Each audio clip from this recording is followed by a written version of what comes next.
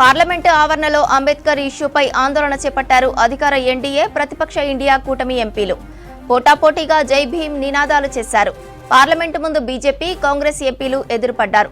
అక్కడ జరిగిన స్వల్ప తోపులాటలో బీజేపీ ఎంపీ ప్రతాప్ సారంగి కింద పడ్డారు. రాహుల్ గాంధీ ఓ ఎంపీని తోసేయడంతో ఆయన తనపై పడ్డారన్నారు. ఈ క్రమంలోనే కింద పడ్డారని తెలిపారు బీజేపీ ఎంపీ సారంగి. ఆయన్ను హాస్పిటల్కు తరలించి చికిత్స అందిస్తున్నారు. బీజేపీ ఎంపీ ప్రతాప్ చంద్ర సారంగి కింద పడటంపై స్పందించారు లోక్సభ ప్రతిపక్ష నేత రాహుల్ గాంధీ.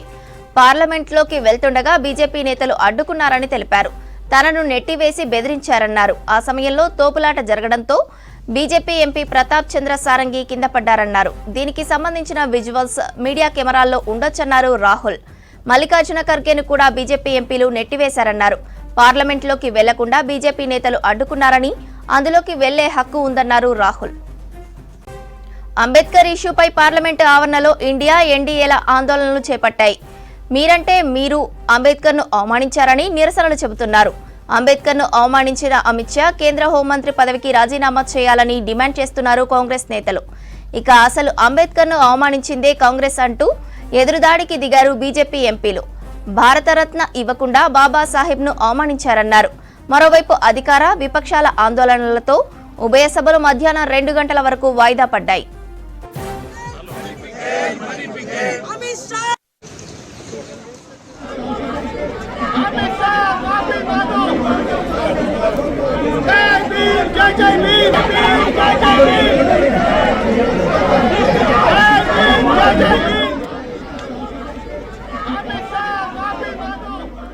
పార్లమెంటు ఆవరణలో అంబేద్కర్ ఇష్యూపై ఆందోళన చేపట్టారు అధికార ఎన్డీఏ ప్రతిపక్ష ఇండియా కూటమి ఎంపీలు.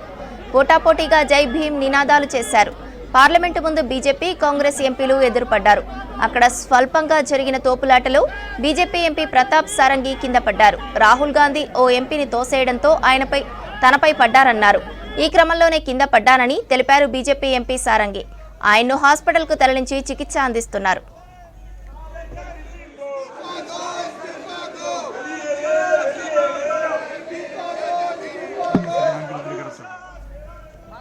బీజేపీ ఎంపీ ప్రతాప్ చంద్ర సారంగి కింద పడటంపై స్పందించారు లోక్సభ ప్రతిపక్ష నేత రాహుల్ గాంధీ.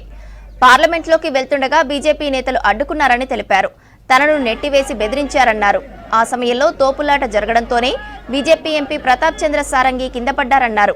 దీనికి సంబంధించిన విజువల్స్ మీడియా కెమెరాల్లో ఉండొచ్చన్నారు రాహుల్. మల్లికార్జున ఖర్గేను కూడా బీజేపీ ఎంపీలు నెట్టివేశారన్నారు. పార్లమెంట్లోకి వెళ్లకుండా బీజేపీ నేతలు అడ్డుకున్నారని, అందులోకి వెళ్లే హక్కు ఉందన్నారు రాహుల్.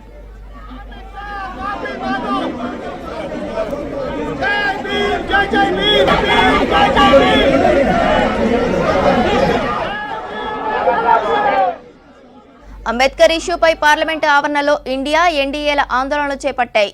మీరంటే మీరు అంబేద్కర్ను అవమానించారని నిరసనలు చెబుతున్నారు. అంబేద్కర్ను అవమానించిన అమిత్ షా కేంద్ర హోంమంత్రి పదవికి రాజీనామా చేయాలని డిమాండ్ చేస్తున్నారు కాంగ్రెస్ నేతలు. ఇక అసలు అంబేద్కర్ను అవమానించిందే కాంగ్రెస్ పార్టీ అంటూ ఎదురుదాడికి దిగారు బీజేపీ ఎంపీలు. భారతరత్న ఇవ్వకుండా బాబాసాహెబ్ను అవమానించారన్నారు. మరోవైపు అధికార, విపక్షాల ఆందోళనలతో ఉభయ సభలు మధ్యాహ్నం 2 గంటల వరకు వాయిదా పడ్డాయి.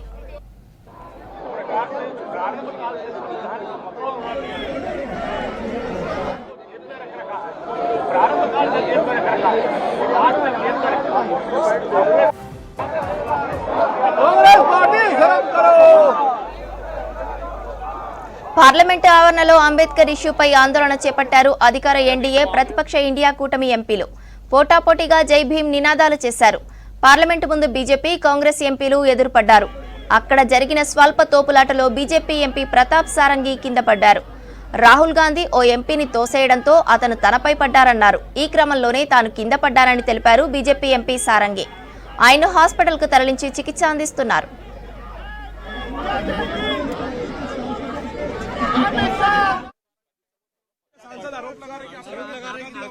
नहीं देखिए, मैं पता नहीं आपके शांत हो जाए, आपके कैमरा में होगा।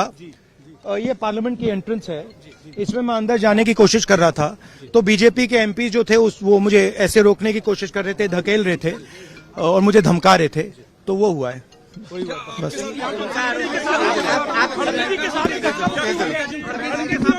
नहीं देखिए हाँ किया है मगर ठीक है कोई मतलब धक्का मुक्की से हमें कुछ होता नहीं है। मगर ये एंट्रेंस है पार्लियामेंट हाउस की और हमारा अधिकार है अंदर जाने का, और बीजेपी के जो मेंबर्स हैं वो हमें अंदर जाने से रोक रहे थे। सेंट्रल इशू है जो आप लोग मांग कर रहे हैं अमित शाह के रेजिग्नेशन को लेकर। नहीं, सेंट्रल इशू है कि ये कॉन्स्टिट्यूशन पर आक्रमण कर रहे हैं और जो अंबेडकर जी की मेमोरी है उसका अपमान कर रहे हैं। బీజేపీ ఎంపీ ప్రతాప్ చంద్ర సారంగి కింద పడటంపై స్పందించారు లోక్సభ ప్రతిపక్ష నేత రాహుల్ గాంధీ. పార్లమెంట్లోకి వెళ్తుండగా బీజేపీ నేతలు అడ్డుకున్నారని తెలిపారు. తనను నెట్టివేసి బెదిరించారన్నారు. ఆ సమయంలో తోపులాట జరగడంతోనే బీజేపీ ఎంపీ ప్రతాప్ చంద్ర సారంగి కింద పడ్డారన్నారు. దీనికి సంబంధించిన విజువల్స్ మీడియా కెమెరాల్లో ఉండొచ్చన్నారు రాహుల్. మల్లికార్జున ఖర్గేను కూడా బీజేపీ ఎంపీలు నెట్టివేశారన్నారు. పార్లమెంట్లోకి వెళ్లకుండా బీజేపీ నేతలు అడ్డుకున్నారని, అందులోకి వెళ్లే హక్కు ఉందన్నారు రాహుల్.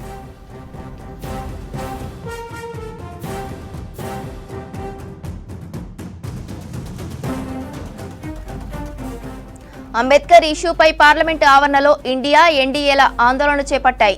మీరంటే మీరు అంబేద్కర్ను అవమానించారని నిరసనలు తెలుపుతున్నారు. అంబేద్కర్ను అవమానించిన అమిత్ షా కేంద్ర హోంమంత్రి పదవికి రాజీనామా చేయాలని డిమాండ్ చేస్తున్నారు కాంగ్రెస్ నేతలు. ఇక అసలు అంబేద్కర్ను అవమానించిందే కాంగ్రెస్ పార్టీ అంటూ ఎదురుదాడికి దిగారు బీజేపీ ఎంపీలు. భారతరత్న ఇవ్వకుండా బాబాసాహెబ్ను అవమానించారన్నారు. మరోవైపు అధికార, విపక్షాల ఆందోళనలతో ఉభయ సభలు మధ్యాహ్నం 2 గంటల వరకు వాయిదా పడ్డాయి.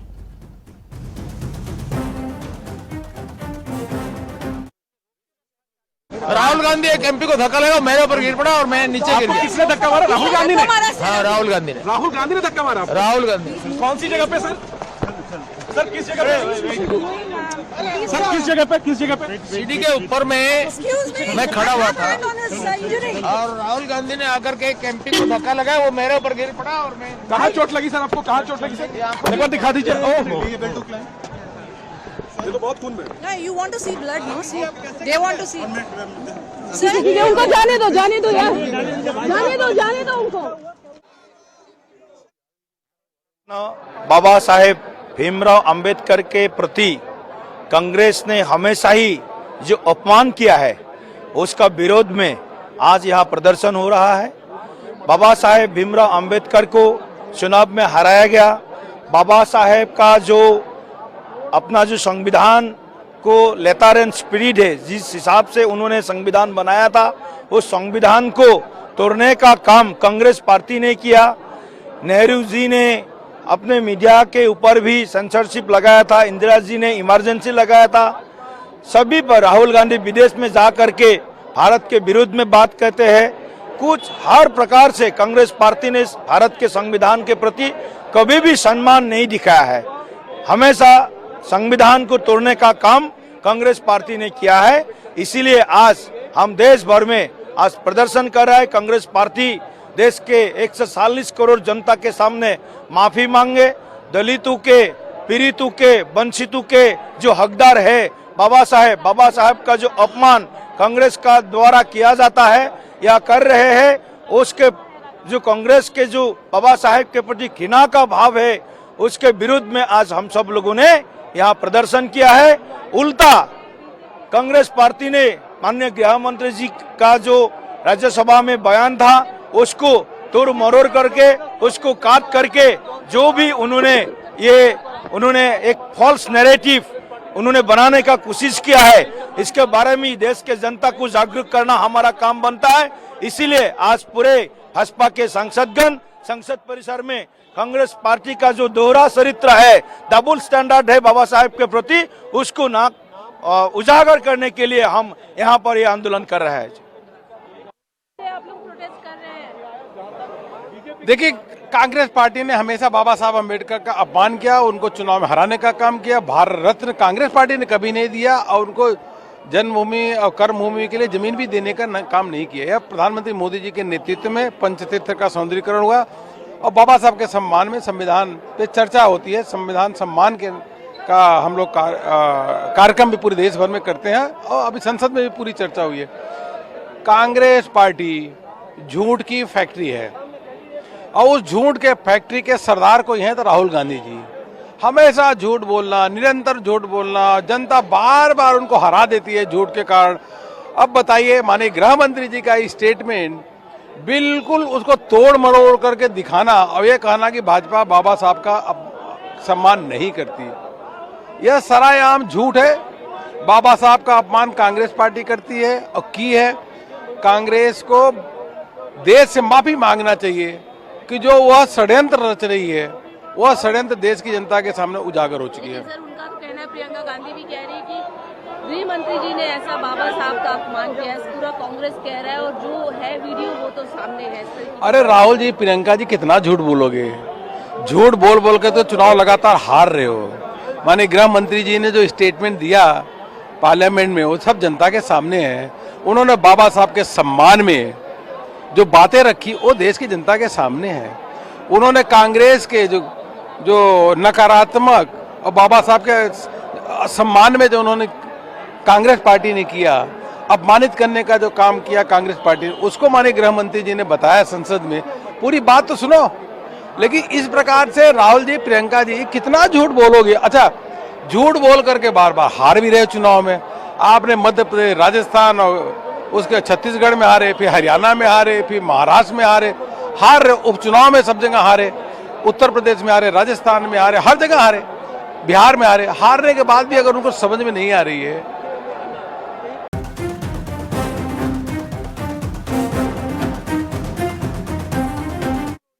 राहुल गांधी एक एमपी को धक्का लगा, मेरे ऊपर गिर पड़ा और मैं नीचे गिर गया। किसने धक्का मारा? राहुल गांधी ने? हाँ, राहुल गांधी ने। राहुल गांधी ने धक्का मारा? राहुल गांधी। कौन सी जगह पे सर? सर किस जगह पे?